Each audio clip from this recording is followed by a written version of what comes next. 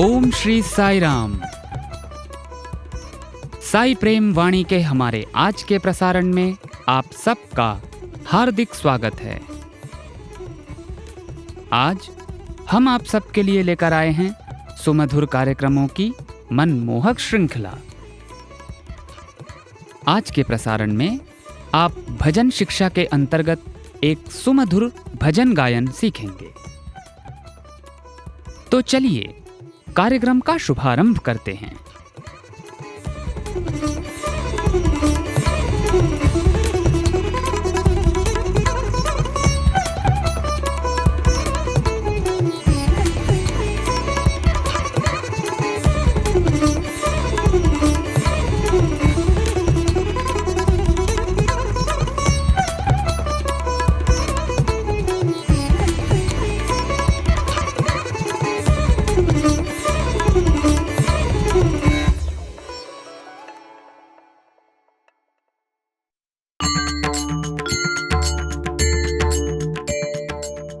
अब प्रस्तुत है हमारा कार्यक्रम भजन शिक्षा।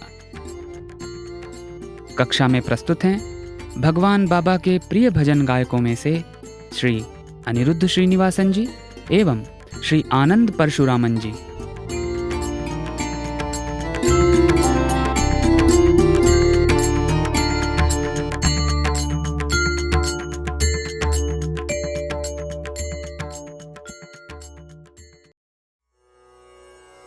साईनाथ भगवान, साईनाथ भगवान।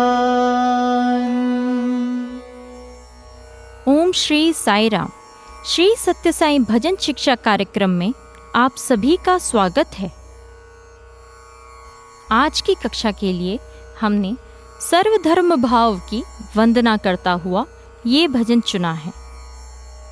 चलिए अब इस भजन के बोल जान लेते हैं। साईनाथ भगवान, साईनाथ भगवान। सत्यम शिवम सुंदरम, साईनाथ भगवान। बुद्धं शरणं गच्छामि, धम्मं शरणं गच्छामि, संघं शरणं गच्छामि,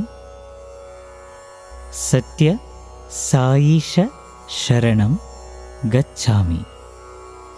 आज की कक्षा के लिए इस भजन को बी पंचम श्रुति में गाया जा रहा है, जिसे 7 पंचम या सफेद 7 का पंचम भी कह सकते हैं।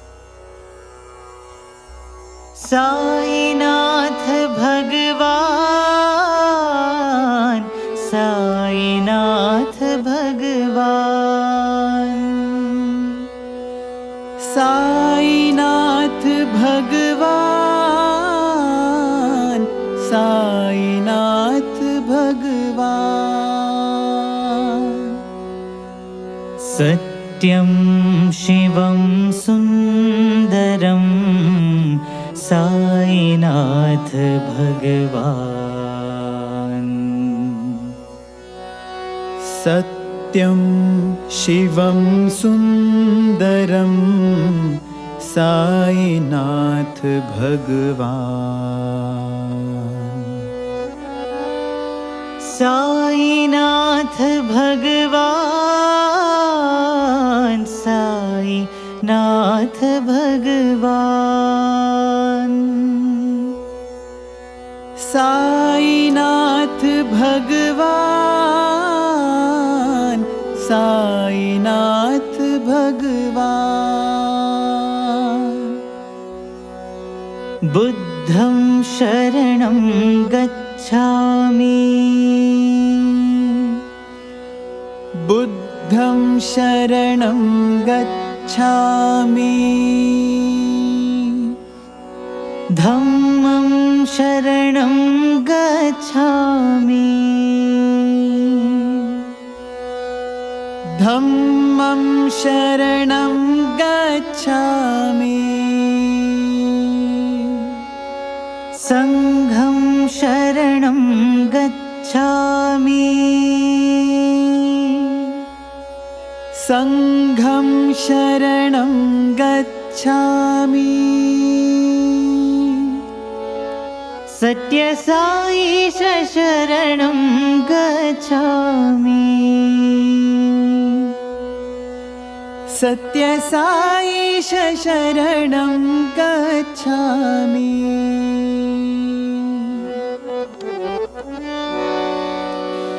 साईनाथ भगवान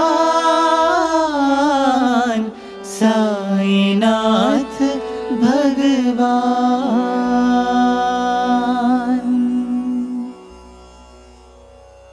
कहरवा ताल और अधिकांशतः राग जौनपुरी पर आधारित इस भजन की धुन जान लेने के बाद चलिए अब रुख करते हैं साई भजनों की आत्मा कहे जाने वाले भाव पक्ष का। साईनाथ भगवान साईनाथ भगवान।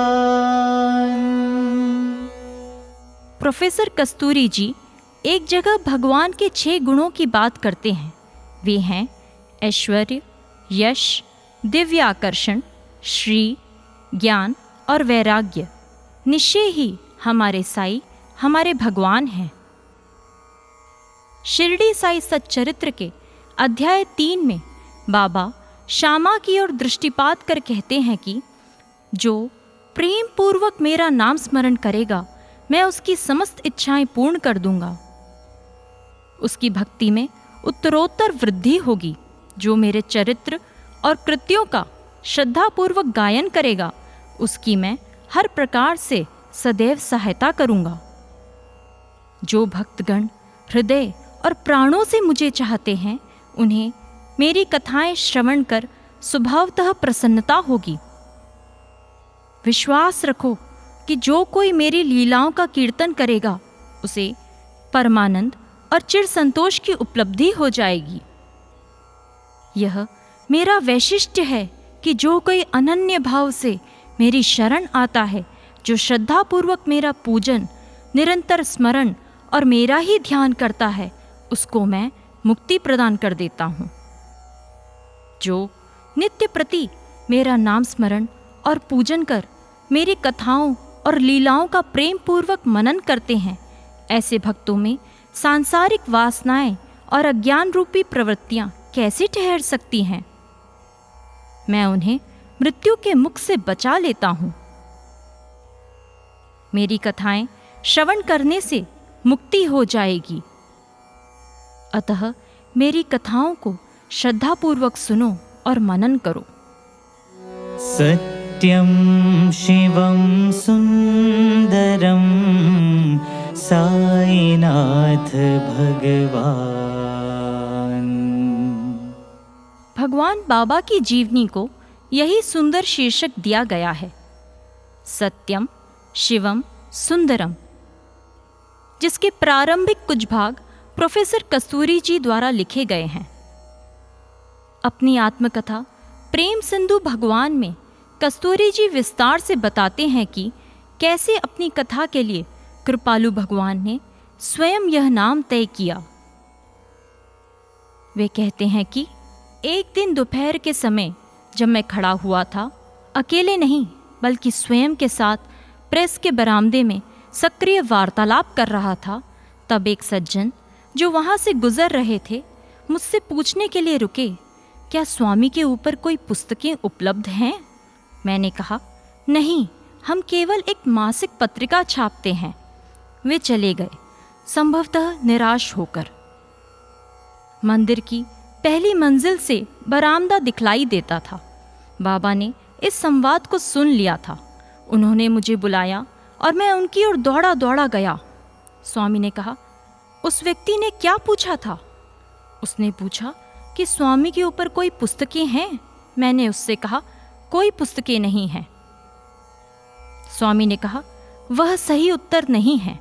तुम्हें कहना चाहिए था कि इस स्वामी को पुस्तकों के माध्यम से नहीं समझा जा सकता, और मुझे जाने की अनुमति दी। इस वार्तालाप के फलस्वरूप मैं अधिक बुद्धिमान होकर और दुखी होकर सीढ़ियों से नीचे उतर रहा था। मुझे खेद था कि स्वामी के ऊपर कोई पुस्तक प्रकाशित नहीं हो रही, मेरे द्वारा भी नहीं। बाबा मेरी ओर देख रहे थे जब मैं धीरे धीरे सनातन सारथी प्रेस की तरफ रुख कर रहा था। मैं आधे रास्ते में ही था कि मैंने गीली पलकों से ऊपर देखा।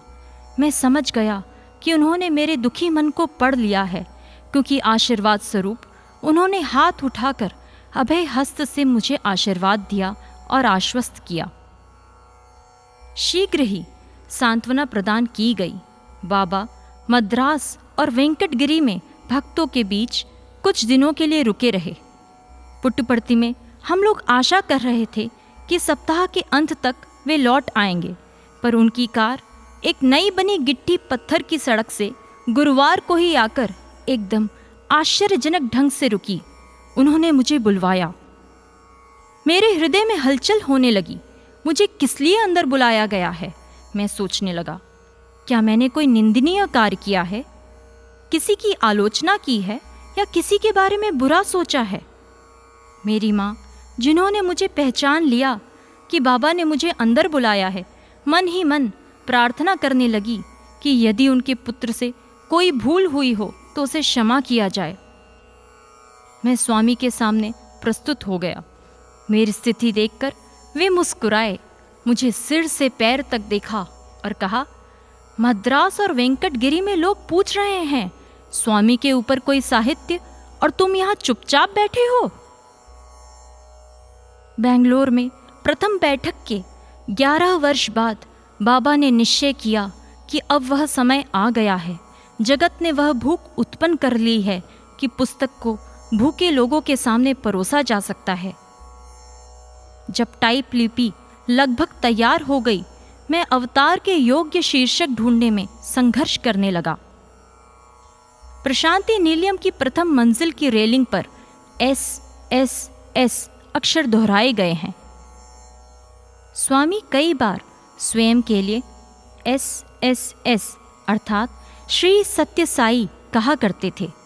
अतः मैंने तय किया कि अवतार की जीवनी के शीर्षक में 3 शब्द तो होने ही चाहिए और प्रत्येक शब्द के प्रथम अक्षर की शुरुआत S से होनी चाहिए।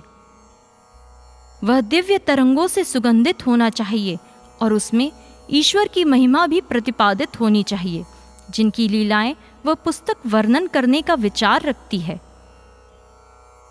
मैंने वेदों, उपनिषदों, ग्रंथों में खोजा, किंतु सत्यम ज्ञानम अनंतम से बेहतर उपमा ईश्वर के लिए ना खोज सका। SSS श्री सत्य साई हैं। सत्य तो उस पुस्तक में होना ही चाहिए, पर अन्य 2 S क्या होंगे? शुभम, सुंदरम, शिवम, संतोषम, सुखम। मैंने अपनी समस्या कई लोगों के समक्ष रखी।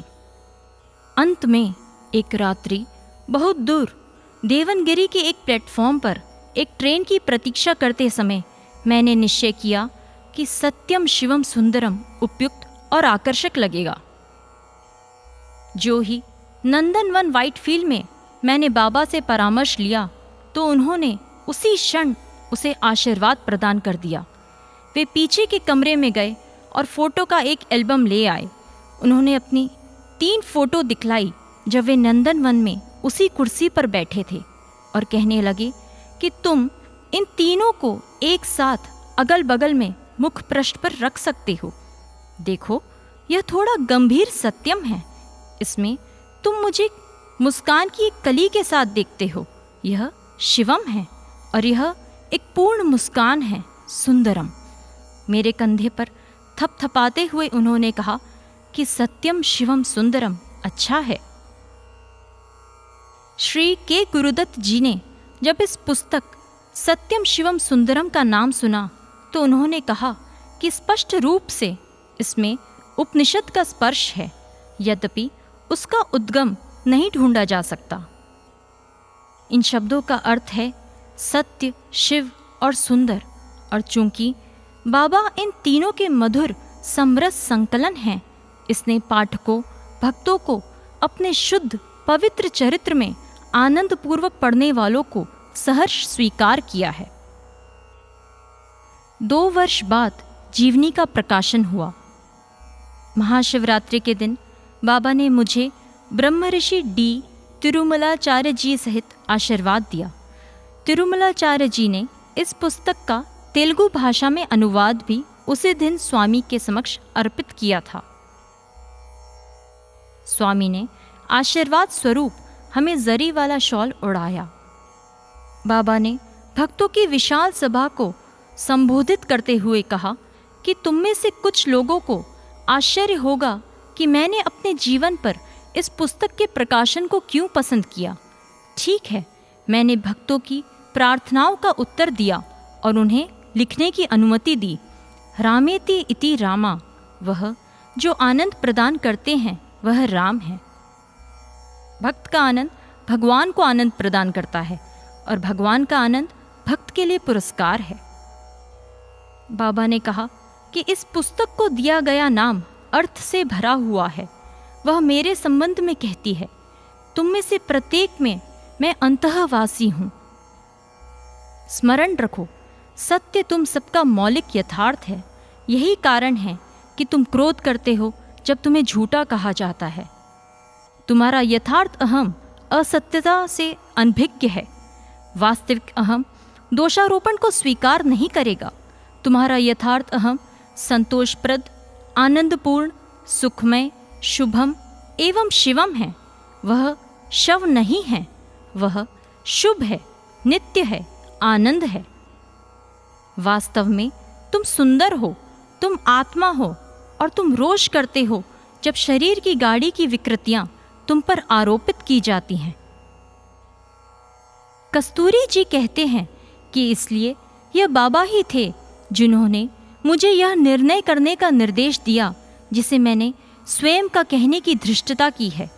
डॉक्टर एस भगवंतम जी ने कुछ वर्ष पूर्व अमेरिका में स्वामी विवेकानंद जी द्वारा भक्ति योग पर दिए गए भाषणों के अनुवाद की तेलुगु पुस्तक की ओर मेरा ध्यान आकर्षित किया था। अनुवादक ने उसी क्रम में जिन शब्दों का प्रयोग किया था वे थे सत्यम, शिवम, सुंदरम। मैंने अंग्रेजी वार्ता की मूल पुस्तक खोजी और आश्चर्य, विवेकानंद जी अवतार के आगमन, सत्य के अवतार के संबंध में बोल रहे थे। स्वामी ने घोषणा की थी कि वह सत्यम, शिवम, सुंदरम के संबंध में अत्यंत आश्चर्यजनक वस्तुएं प्रकट करेंगे। इसलिए यह नाम मुझे लगा मेरे गुरु महाराज द्वारा स्वामी विवेकानंद जी के माध्यम से भेजा गया था। कुछ माह पूर्व एक और तथ्य मेरे ध्यान में आया जिसने अहंकार के अवशेष को नष्ट कर दिया और मुझे बिना किसी संकट के आश्वासन दिया कि जब मैं SSS को जोड़ने के लिए स्वयं से वाद विवाद कर रहा था तब वह स्वामी ही थे जिन्होंने जीवनी के इस नाम को मुझे प्रकट किया था। जब मेरी आंखें हाल ही में गोस्वामी तुलसीदास जी की गीता प्रेस गोरखपुर कृति श्री रामचरितमानस के प्रारंभिक पृष्ठों पर पड़ी तब मैंने वही 3 शब्द मुख पृष्ठ पर एकदम ऊपर देखे, सत्यम, शिवम, सुंदरम। निवेदक ने स्पष्ट कर दिया था कि वहां ये शब्द क्यों थे। ऐसा प्रतीत होता है कि बनारस के पंडितों में पवित्र रामायण के प्राकृत भाषा में होने के प्रति योग्य आदर दिए जाने के संबंध में विवाद था। उन्होंने अंततः उस लिपि को प्रसिद्ध ज्योतिर्लिंग भगवान विश्वेश्वर के समक्ष मंदिर के अंदर रखने का निर्णय लिया, इस प्रार्थना के साथ कि ईश्वर स्वयं मूल्यांकन करें और निर्णय करें। मंदिर को ताला लगा दिया गया और पंडित बाहर आ गए, यह आशा करते हुए कि उसे एक साधारण व्यक्ति की कृति समझकर तिरस्कृत कर दिया जाएगा। जब सुबह हुई और ताड़ के पत्ते बाहर लाए गए तो उन्हें ईश्वर के हाथ से सत्यम, शिवम, सुंदरम लिखा हुआ और नीचे लिंग का चित्र हस्ताक्षर के रूप में खींचा हुआ पाकर आश्चर्य हुआ। चमत्कारिक संयोग है यह। उन 3 शब्दों की खोज मुझे उस दिव्य नाम तक ले जाएगी जिसका स्वयं भगवान शिव ने ईश्वर के अन्य अवतार की अमर जीवन गाथा के लिए स्वागत किया था। दिव्य अनुग्रह की यह महानता आज भी मुझे चकरा देती है। पुस्तक का नाम बाबा द्वारा इस रूप में स्वीकार किया गया था जिससे उन्हें पहचाना जा सकेगा। संस्कृत कविता कहती है, सर्वनाम धर्म शांतम, सर्वरूप धर्म शिवम, सच्चिदानंद रूपम अद्वैतम, सत्यम शिवम सुंदरम। अर्थात मैं सभी नामों में हूँ शांति, मैं सभी रूपों में हूँ शिव, मैं वही एक सतचित आनंद हूँ, सत्यम शिवम सुंदरम हूँ। इस तरह हम देखते हैं कि भगवान ने सत्यम शिवम सुंदरम का कितना सुंदर अर्थ बताया और प्रोफेसर कस्तूरी जी को भी अत्यंत महान तरीके से सुंदर जीवनी सत्यम शिवम सुंदरम लिखने के लिए प्रेरित किया। बुद्धं शरणं गच्छामि। भगवान ने सन 1993 में प्रशांति निलयम के विद्यागिरी पर्वत पर भगवान बुद्ध की मूर्ति की स्थापना की। इससे पहले वहां भगवान राम, कृष्ण और ज़हराष्ट्र की मूर्तियां थीं। फिर बौद्ध भक्तों की प्रार्थना पर जुलाई 1993 में भगवान ने वहां बहुत सुंदर बुद्ध भगवान की मूर्ति की स्थापना की। उसके उद्घाटन समारोह के अवसर पर एक जापानी भक्त ने स्वामी से कहा कि स्वामी, पुट्टपर्ती के बुद्ध जी विश्व में सर्वश्रेष्ठ हैं, ऐसा क्यों? भगवान ने सरलता से उत्तर दिया, बुद्ध मेरा उपहार हैं।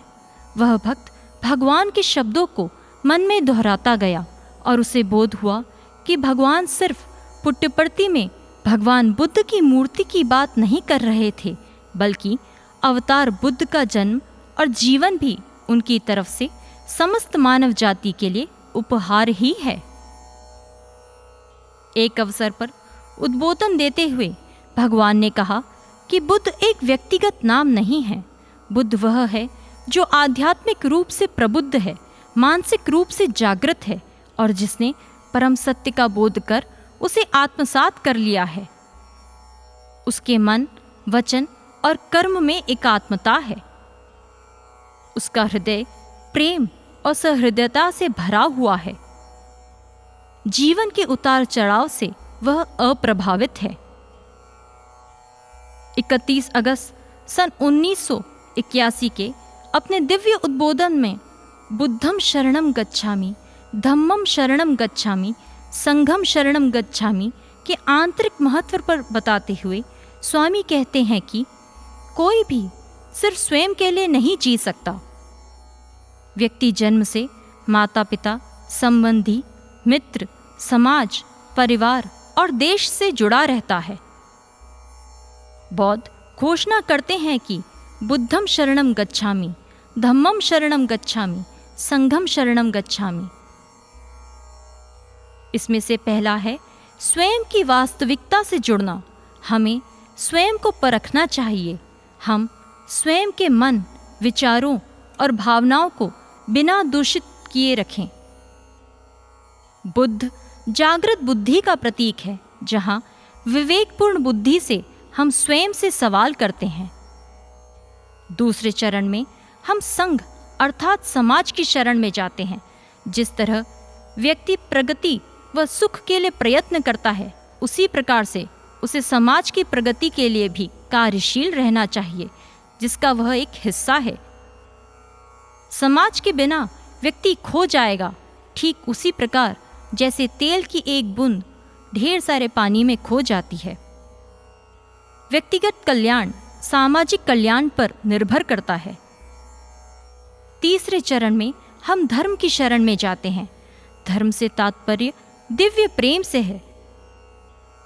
जब व्यक्ति इस तरह के प्रेम की शरण में जाता है तो व्यक्ति, समाज और विश्व का कल्याण होता है। धम्मं शरणं गच्छामि, संघं शरणं गच्छामि, सत्यसाईश शरणं गच्छामि।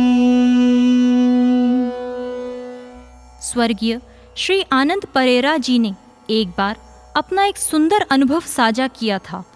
वे news and affairs Singapore broadcasting corporation के डायरेक्टर रह चुके हैं और बुद्धिस्ट यूथ लीग सिंगापुर के संस्थापक अध्यक्ष भी थे। उनके कार्यकाल के दौरान कंपनी ने कई इंटरनेशनल ब्रॉडकास्टिंग अवार्ड्स जीते थे और उन्हें देश के प्रधानमंत्री द्वारा भी प्रशस्ति पत्र मिले थे। वे कई दशकों से भगवान बाबा के अनुयायी थे। वे हृदय से धन्यवाद देते हुए कहते हैं कि वह भगवान बाबा ही हैं जो उन्हें बेहतर बौद्ध बनने के लिए प्रेरित करते हैं। मैं एक ऐसे परिवार से आता हूँ जो कई पीढ़ियों से भगवान बुद्ध के अनुयायी हैं और भगवान बुद्ध की शिक्षाओं को अपने जीवन में उतारने की कामना करते हैं। उन्होंने स्वयं को आध्यात्मिक रूप से जागृत तब पाया जब वे सन 1967 में भगवान बाबा के संपर्क में आए। वे स्वामी ही थे जिन्होंने भगवान बुद्ध बनकर अपना प्रेम हम पर न्योछावर किया था। भगवान बाबा ने अपने कई दिव्योद्बोधनों में भगवान बुद्ध के चरित्र की महानता को उजागर किया है। आज यदि मैं जीवित हूँ तो इसलिए क्योंकि स्वामी सर्वदा मेरे साथ हैं। आगे पीछे ऊपर हर तरफ से मेरे साथी सलाहकार हैं और अनेक बीमारियों से मेरी रक्षा कर रहे हैं। मेरे जन्म के समय मेरे हृदय में एक छेद था। सर्जरी के बावजूद आज भी 68 वर्ष की उम्र में मेरे हृदय में थोड़ी थोड़ी थरथराहट होती रहती है, किंतु इसे सहर्ष मैंने तालबद्ध नाम स्मरण में तब्दील कर लिया है। यहाँ तक कि मेरे डॉक्टर्स भी आश्चर्य करते हैं कि इतनी सारी सर्जरी के बाद इतनी जल्दी मैं कैसे स्वस्थ हो जाता हूँ। क्या उन्हें पता है कि यह मेरे साई ही हैं जो मेरे जीवन की गाड़ी चला रहे हैं। गुरुवार 19 अगस्त सन 2004 को मिले साक्षात्कार के दौरान स्वामी ने भी यह बात स्वीकार की थी।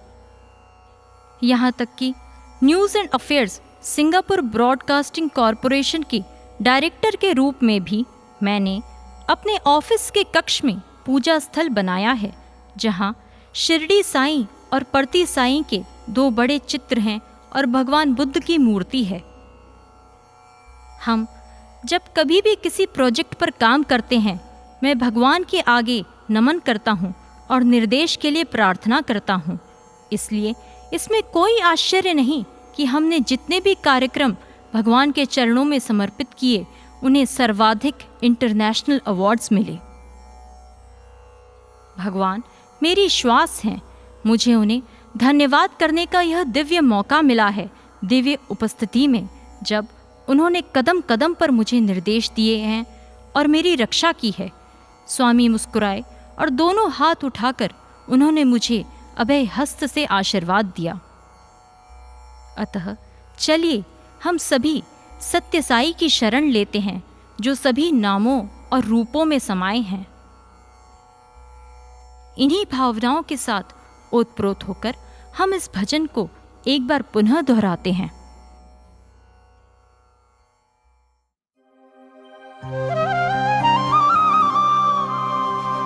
साईनाथ भगवान, साईनाथ भगवान, साईनाथ भगवान, साईनाथ भगवान, साईनाथ भगवान, साईनाथ भगवान, साईनाथ भगवान, साईनाथ भगवान, सत्यं शिवं सुन्दरं साईनाथ भगवान, सत्यं शिवं सुन्दरं साईनाथ भगवान, सत्यं शिवं सुन्दरं साईनाथ भगवान, सत्यं शिवं सुन्दरं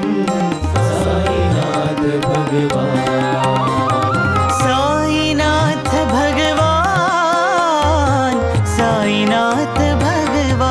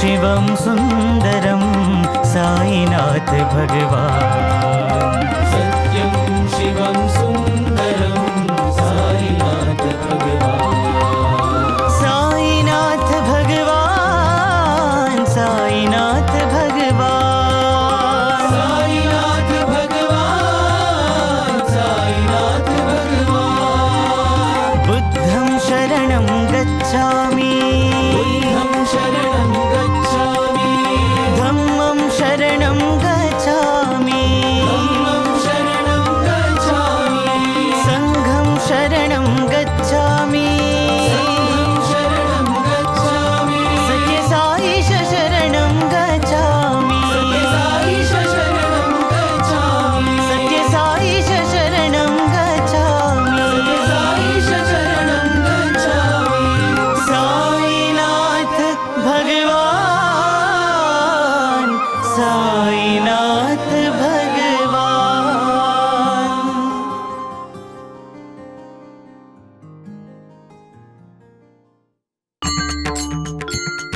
इसी के साथ हमारे आज के भजन प्रशिक्षण कार्यक्रम का अब समापन होता है। हमें आशा है आपको आज की कक्षा पसंद आई होगी। हम शीघ्र ही एक और भजन लेकर आपके समक्ष उपस्थित होंगे। तब तक के लिए हमें आज्ञा दीजिए। धन्यवाद। जय साई राम।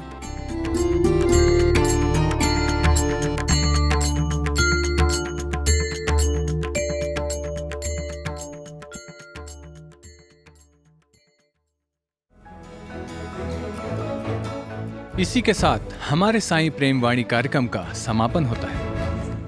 उम्मीद है हमारा आज का कार्यक्रम आपको पसंद आया होगा। आपके सुझावों को हम तक व्हाट्सएप द्वारा जरूर भेजें। हमारा व्हाट्सएप नंबर है 9393258258 93 93 258 258। हिंदी भाषा में हमारी ये सभी प्रस्तुतियां YouTube पर भी उपलब्ध हैं। इन्हें वहां देखने सुनने के लिए हमारे YouTube चैनल को सब्सक्राइब करें और कमेंट बॉक्स में अपने सुझाव देना ना भूलें। हे साईं, तुमसे नजदीकियां तो कठिनाइयों में ही दिखती हैं, बाकी वक्त तो हम खुद को शहंशाह समझते हैं। स्वामी, हमारे दिलों को विनम्रता से भरकर हमारे शीश आपके चरणों में सदैव झुके रहें। इसी प्रार्थना के साथ हम आप सबसे विदा लेते हैं। धन्यवाद। जय साई राम।